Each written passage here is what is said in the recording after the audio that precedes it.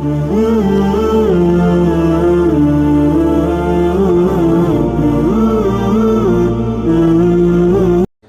masalahnya kan nyari tenang dan bahagianya itu dari mana?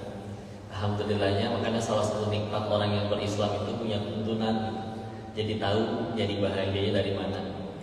Karena kalau tidak tahu, akhirnya ya seperti yang pernah diri ini alami, na'udzubillah, yaitu mencari kebahagiaan dengan cara yang ternyata Allah tidak suka. Berangkatlah ke sana. Jadi dia badar judi waktu itu. Dan memang awalnya, walaupun sekali lagi alasan utamanya karena lemahnya iman, tapi memang ada sempat episode ya ayah waktu itu bangkrut dan juga sempat sakit.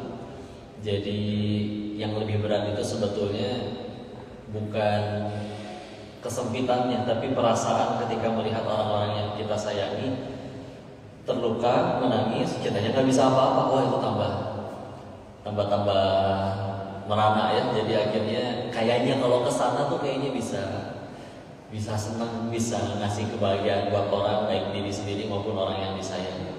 Ya ternyata kesimpulannya mah tidak begitu. Menderita itu justru karena kita meletakkan kebahagiaan pada apa yang kita suka, bukan pada apa yang Allah suka. Allah. Hanya ketika di sana itu memang dibukakan oleh Allah apa-apa yang kata orang itu dikejar-kejar karena bisa jadi sumber kebahagiaan, di sana dimiliki, dicicipi, dicobain, diperlihatkan yang punya lebih banyak daripada orang lain pun, sudah didapat pun enggak. Di mana-mana kita lihat kalau emang bahagia dari harta, yang kaya masih nyuri ada, yang kaya masih stres ada, punya jabatan masih nyolong dari rakyatnya ada, punya pasangan tampan cantik rupawan masih kawin cerai ada, yang populer malah ingin mengakhiri hidupnya banyak. Seharusnya kan kalau bahagia itu sekaku itu gitu, harus dengan itu semua, harusnya itu semua menjawab gitu kan. Tapi enggak juga. Sesederhana kadang kita berbagi di Ramadan kemarin, kita dibilang resesi 2023, krisis ekonomi, enggak lah, semua masjid bagi-bagi makanan kok makmur. Itulah berkahnya Ramadan kan. Mana orang bilang, orang di luar Ramadan aja dibilang ekonomi sempit, enggak, tiap hari yang jualan marketing mobil masih ada aja yang beli gitu kan. Malah makin macet juga kan. Nah ketika akhirnya kita coba, udahlah ini nggak enak, diminta bawa pulang, makanan kebanyakan. Tapi kalau tidak diterima atau tidak kita bawa pulang, kasihan. Orangnya minta untuk sini, Pak, makanan kebanyakan nih di masjid ini, bawa pulang aja, bungkus. Ya. Setahun di rumah nggak akan dimakan, dan besok juga puasa lagi, perut udah kenyang, pasti akan kebuang. Gitu.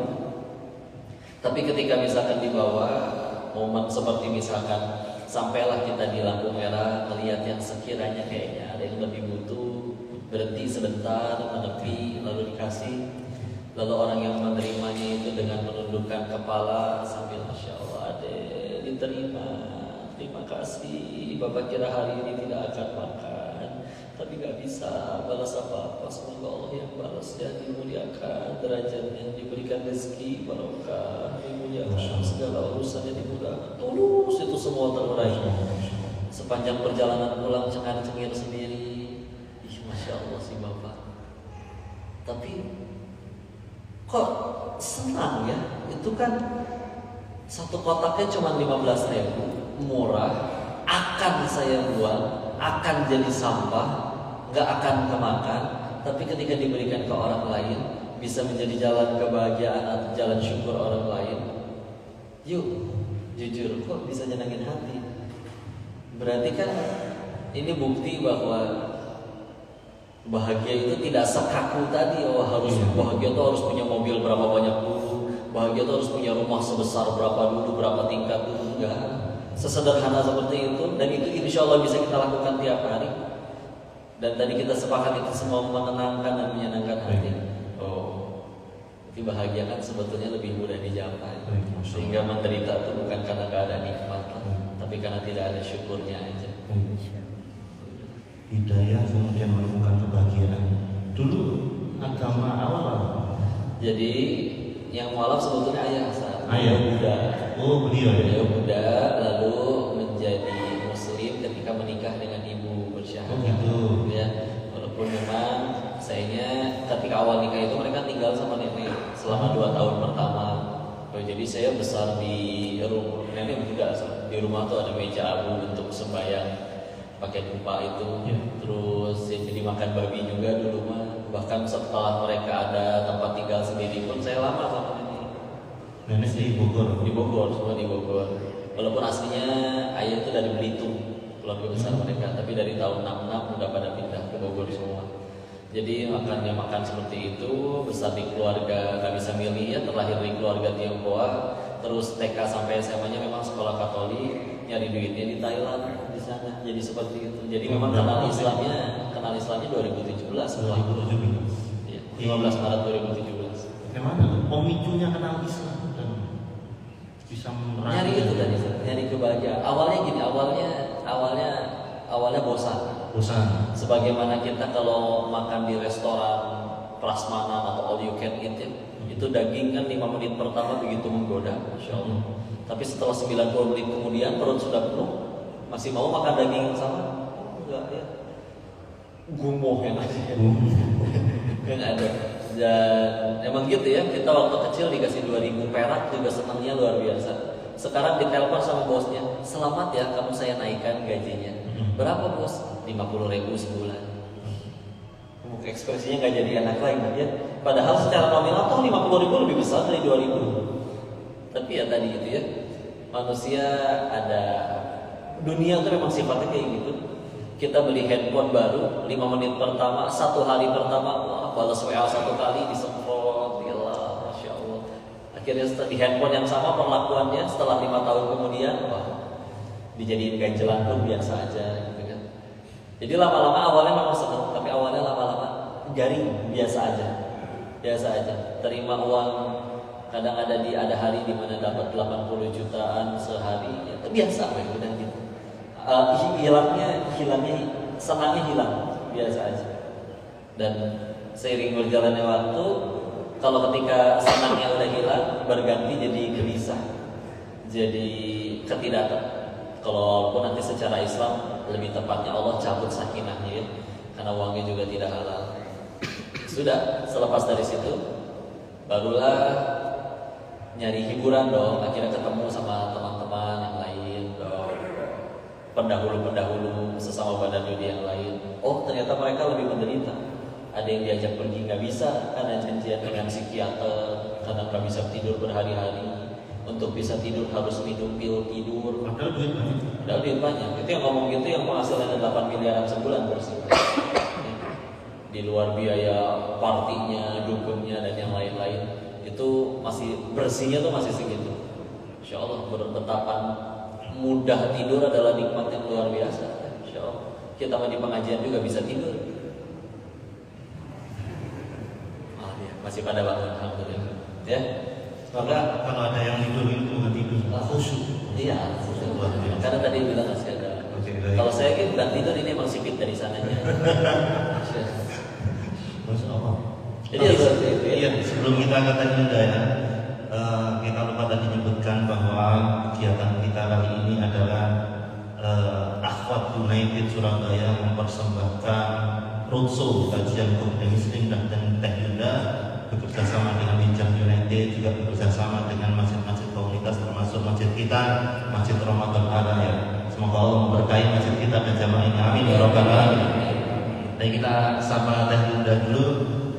Teh Yunda disapa dulu jamaah dan kemudian kita bisa berdialog setelahnya. A'udzubillahi minasyaitonirrajim. Bismillahirrahmanirrahim. Assalamualaikum warahmatullahi wabarakatuh. Rabbi shrah li sadri wa yassir li amri wahlul 'uqdatam min lisani yafqahu qawli. Rabbi zidni 'ilman warzuqni fahman bi rahmatika ya arhamar rahimin. Allahumma 'ilman nafi'an wa rizqan halalan thayyiban wa 'amalan mutaqabbalan. Rabbana la tuzigh qulubana ba'da idh hadaytana wa hab lana min ladunka rahmah innaka antal wahhab. Amin ya Allah ya rabbal alamin. Bismillahirrahmanirrahim. Bunda-bunda, ayah-ayah, dan anandaku sekalian yang dirahmati oleh Allah, bagaimana kabarnya, sehat? Alhamdulillah. Waktu subuh perjuangan berat, ya Bu. Sehat semuanya? Masya Allah. Ini adalah waktu yang diberkahi oleh Allah yang setia. Bersyukurlah bunda, ayah, dan ananda yang melangkahkan kakinya pada waktu subuh, datang ke masjid, berkumpul, bertolabul ilmi, karena banyak malaikat yang menaungi kita di tempat ini. Mudah-mudahan menjadi wasilah terkabulnya doa-doa kita insyaallah. Amin ya rabbal alamin. Kita Ustaz menyampaikan disapa oleh beliau, dan semoga doa-doa tadi juga terlimpahkan untuk kita semuanya. Amin ya rabbal alamin. Teh Hilda, selamat datang di Malang dan pertama kali kemudian di subuh ini, walaupun dari Medan bilang G, agak masuk. Tahunya cuma G. Ya. Nah, ngomong-ngomong tadi tentang hidayah ya. Dulu kita tahu semuanya punya latar belakang masing-masing, dan kemudian Allah memperjalankan kita sampai detik ini. Tidak semuanya langsung kemudian bisa istiqomah sholat jamaah seperti ini, masya Allah. Tidak bermaksud mengulik masa lalu atau apapun. Tapi itu bagaimana dulu awalnya kok bisa sampai detik ini seperti ini? Ya, bismillahirrahmanirrahim. Jadi di dalam kitab Al-Hikam karya Syekh Ibnu Athaillah As-Sakandari, ada orang-orang yang mungkin harus diseret dulu oleh Allah.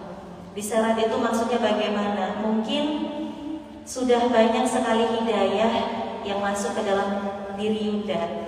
Cuman pada saat itu hawa nafsu mengalahkan itu semua, karena masih pengen dunia. Terutama kalau masa remaja itu masih pengen cantik, masih pengen gaul gitu ya Bu. Jadi dulu Yuda itu belum pakai cadar, belum menutup aurat, dan awal mula menutup aurat itu adalah pada saat bangku kuliah semester 5 itu baru mulai mau menutup aurat. Walaupun pada saat SMA itu sudah pakai kerudung, tapi dibuka lagi Ustaz, buka tutup. Ya, itulah yang namanya ya mukallibal qulub tsabbit qalbi ala dini.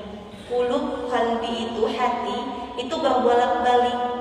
Makanya kita senantiasa setiap hari atau pada saat kita sujud terakhir itu, kita diwajibkan untuk membaca doa ya mukallibal qulub tsabbit qulubana ala dinik, atau tsabbit qalbi ala dinik. Kita minta keteguhan hati kepada Allah, karena hati senantiasa berbolak-balik.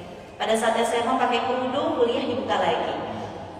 Ya, padahal kuliahnya di Universitas Muhammadiyah Sumatera Utara. Jadi kalau pada saat ngampus pakai keluar beli nasi buka. Gitu ya Bu ya. Nah, bagaimana akhirnya Yunda memutuskan untuk hijrahlah ceritanya, berpindah dari diri yang dulu sangat buruk, yang tidak mau patuh kepada Tuhannya, sehingga sekarang mau diatur oleh Tuhannya. Jadi harus diseret. Diseret seperti apa? Diseret dengan kepahitan, Ustaz. Kepahitan seperti apa? Kepahitan yang Yunda rasakan adalah ketika sahabat dekat itu meninggal dunia. Jadi ini sahabatan dari zaman SMA, kenal beliau dari zaman SMA sampai beliau menderita penyakit leukemia, sakit, ya. Kemudian sampai satu fakultas itu di Universitas Muhammadiyah Sumatera Utara mendampingi beliau dari mulai proses beliau koma di rumah sakit sampai proses sakaratul maut, lalu diberikan kesempatan bertaubat 1 hari, baru besoknya subuh meninggal dunia. Pada saat itu Yunda melihat ternyata dunia ini nggak abadi ya. Dan mungkin pernyataan bodoh yang Yunda rasakan pada saat itu, ternyata kita bisa mati ya. Mungkin bagi sebagian orang menjawab itu pernyataan bodoh, ya pastilah kita mati. Cuman bagi Yunda mungkin yang sangat sekuler pada saat itu, bebas, Yunda ngerasa ya kita bakal hidup selama-lamanya di sini, maka kita harus bahagia, kita harus menikmati hidup, kita harus kaya. Lalu Yunda ketemu dengan satu ayat